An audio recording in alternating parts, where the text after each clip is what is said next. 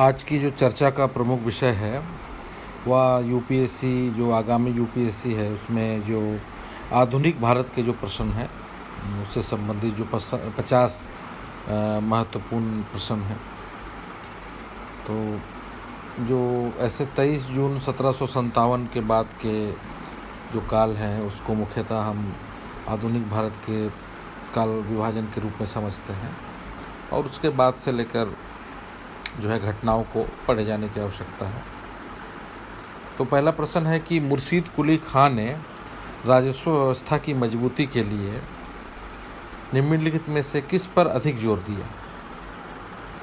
पहला ऑप्शन है छोटे बिचौलिए एवं जमींदारों का उन्मूलन, दूसरा उड़ीसा के जमींदारों को प्रोत्साहन, तीसरा खालसा भूमि का कम मात्रा में निर्माण एवं चौथा बड़े जमींदारों का उन्मूलन। तो जो इसका पहला ऑप्शन है, जो छोटे बिचौलिए एवं जमींदारों का उन्मूलन, वो सही है। तो इसके तहत जो उनका दृष्टिकोण था, जैसे कि जो तिरहुत थे और वर्धमान, नदिया, बीरभूम, दिनाजपुर, राजशाही, इनमें जो छोटे छोटे बिचौलिए थे, जमींदार थे, वे बड़े जमींदार का रूप लेने वाले थे। तो जो इनका जो सोच था कि अगर इनका दमन पहले ही कर दिया जाए, जो छोटे बिचौलिए और जमींदार थे, तो बाद के दिनों में जो है राजस्व व्यवस्था को मजबूती मिलेगी और उससे केंद्रीय प्रशासन को बल मिलेगा। तो इस प्रकार इसका जो पहला ऑप्शन है वो सही है। दूसरा प्रश्न है कि अधीनस्थ प्रांतीय सरदारों द्वारा केंद्रीय शक्ति / सत्ता को दिया जाने वाला राजस्व क्या कहलाता था। पहला ऑप्शन है मद्देमाश, दूसरा हुजूर टोपी, तीसरा पेशकश, चौथा दरे निजामत। तो जो इसका तीसरा ऑप्शन है पेशकश। तो पेशकश एक प्रकार का टैक्स था जो कि केंद्रीय सत्ता को दिया जाता था। मुग़ल काल से ही यह चले आ रहा था और इसे बाद में जो है अंग्रेज़ों ने भी इसे लागू रखा और बहुत बड़ी रकम और बहुत से गिफ्ट को जो है फिर वो ब्रिटेन भेजने में वो सफल भी हो गए। अगला प्रश्न है कि मराठा भू प्रशासनिक व्यवस्था में ओपरिस कौन थे। तो इसका पहला ऑप्शन है पहली श्रेणी के स्थायी जोतदार, दूसरा दूसरी श्रेणी के अस्थायी जोतदार, तीसरा बिचौलिए एवं चौथा महिला जोतदार। तो जो इसका दूसरा ऑप्शन है दूसरी श्रेणी के अस्थायी जोतदार, वो सही है, जिसे ओपरिस कहा गया है। अगला प्रश्न है चौथा प्रश्न कि निम्नलिखित में से कौन सा मिलान गलत है। तो पहला देशमुख, उसका मिलान है जिला जमींदार, दूसरा देश पांडे, उसका मिलान है वंशानुगत जिला लेखपाल, तीसरा बलूतेदार, उसका मिलान है वंशानुगत अधिकार प्राप्त, और चौथा फितना, जिसका मिलान है समर्थक जोतदार। तो जो इसका गलत मिलान है वो फितना है, चौथा ऑप्शन जो है वो गलत है। तो फितना का जो अर्थ है वो विद्रोही है, जो विद्रोही जोतदार थे या विद्रोही जो मराठा को कोऑपरेट नहीं करते थे तो उसे फितना का दर्जा दिया जाता था। अगला प्रश्न है कि निम्नलिखित में से कौन सा कथन सिख मिसलों के संदर्भ में असत्य है। तो पहला इसका ऑप्शन है कि भांगी मिसल का नियंत्रण झेलम तथा सिंधु नदी के बीच लाहौर एवं अमृतसर में था। दूसरा ऑप्शन है कि रामगढ़ी मिसल का नियंत्रण रामगढ़ में था। तीसरा अहलुवालिया मिसल का नियंत्रण राजकोट एवं कपूरथला में था। एवं चौथा सुकर चकिया का नियंत्रण वजीराबाद एवं फुलकिया का नियंत्रण सरहिंद में था। तो इसका जो असत्य मिलान है वो रामगढ़ी मिसल का नियंत्रण रामगढ़ में था, जो कि गलत है, क्योंकि रामगढ़ी मिसल का संबंध जो है वो जालंधर के दोआब पर था। अब देखिएगा कि इन मिसलों का इतिहास जो है बहुत महत्वपूर्ण है। ऐसे बहुत प्रश्न आते हैं। जो राजा रंजीत सिंह जो थे वो सुकर चकिया मिसल के थे, उनके जो पिता महान सिंह वो इसी सुकर चकिया मिसल के सरदार थे। और 1792 में जब पिता की मृत्यु हुई तो रंजीत सिंह 12 वर्ष के थे। तो इस प्रकार जो है मिसलों के इतिहास को समझना आवश्यक है। अगला प्रश्न है कि 17वीं शताब्दी के दौरान जॉइंट स्टॉक कंपनी जैसे परिष्कृत व्यापारिक संगठन के संदर्भ में निम्नलिखित कथनों का परीक्षण करें।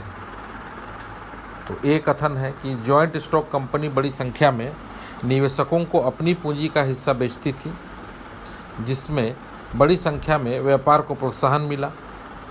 बी कि रेगुलेटेड या चार्टर कंपनी के विपरीत जॉइंट स्टॉक कंपनी एक वैधानिक सामूहिक निकाय थी जो कि पूंजी के हिस्सेदारी के हटने या मृत्यु होने के बावजूद भी कायम रहती थी।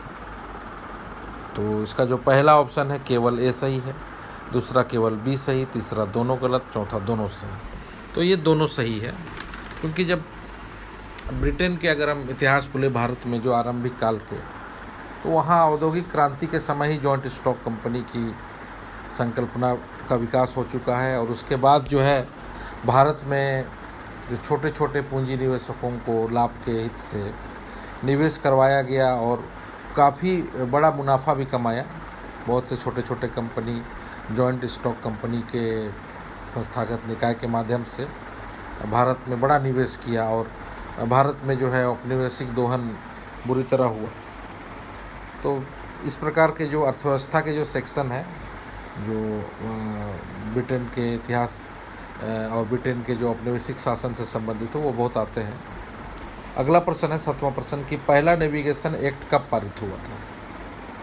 पहला ऑप्शन है 1751, दूसरा 1651, तीसरा 1801 या चौथा 1805।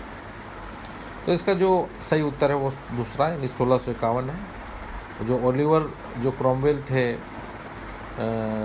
वो जो है इसके बहुत बड़े समर्थक थे और उस समय ब्रिटेन को डच, फ्रेंच सभी वर्चस्व का सामना करना पड़ रहा था और इससे जो है जहाज रानी विकास और मुक्त बाजार व्यवस्था को जोड़ा गया और काफ़ी बड़ी मात्रा में उपनिवेश के माल को लादा जाता था, उसका दोहन किया जाता था और उससे एक प्रकार से हम देखें तो इस नेविगेशन एक्ट के माध्यम से उसे वैधानिकता प्राप्त हुई।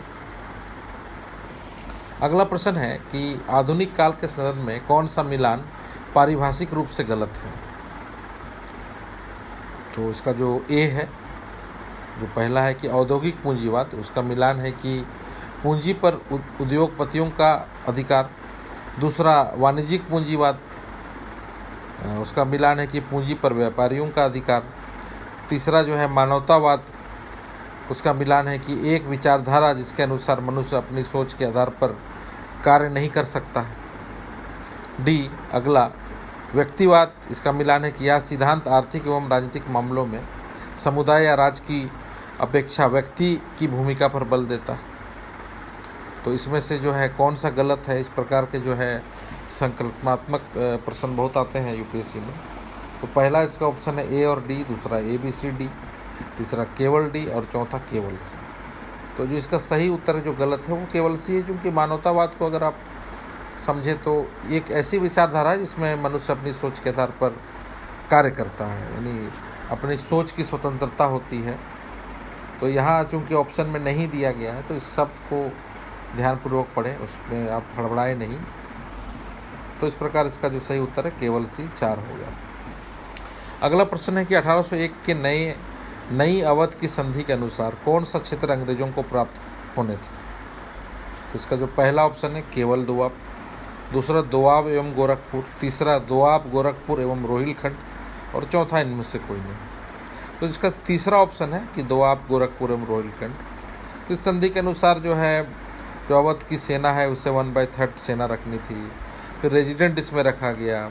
और बाद के दिनों में देखें कि हम जब अवध का विलय 1856 में इस प्रकार से कई उसे संधि के माध्यम से पंगु बना दिया गया।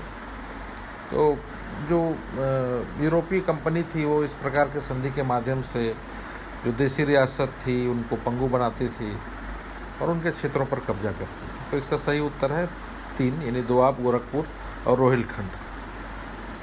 अगला प्रश्न है कि 1857 में कंपनी की सेना में कितने प्रतिशत भारतीय थे।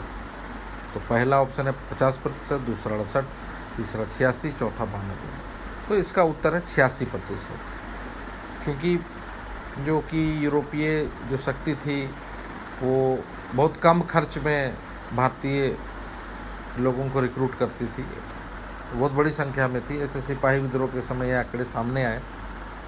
तो इस प्रकार इसका सही उत्तर है 86%। अगला प्रश्न है 11वां प्रश्न कि यह कथन किसका है कि व्यक्तियों का एक ऐसा वर्ग बनाया जाए जो कि खून और रंग से भारतीय हो परंतु आदर्श, विचार और अकल से अंग्रेज हो। ये किसका कथन है। तो पहला चालसूट, दूसरा डलहौजी, तीसरा मैकाले और चौथा सैंडलर। तो ये जो इसका सही उत्तर है वो तीसरा है, मैकाले, उसका कथन है। अगला प्रश्न है कि निम्नलिखित में से कौन सा मिलान गलत है। तो पहला हो विद्रोह, उसका मिलान है 1820-21। दूसरा संथाल विद्रोह, उसका मिलान है 1855-56। तीसरा ट्रेवनकोर विद्रोह, उसका मिलान है 1899-1901। और चौथा खासी विद्रोह, जिसका मिलान है 1829 से 1831। तो जो इसका गलत मिलान है, जो कि इसमें सही है, वो तीसरा है, ट्रावणकोर विद्रोह, जो कि इसमें 1899 से 1901 दिया गया है, जो कि गलत है, क्योंकि ट्रावणकोर विद्रोह जो है 1800 से 1809 के बीच में हुआ था।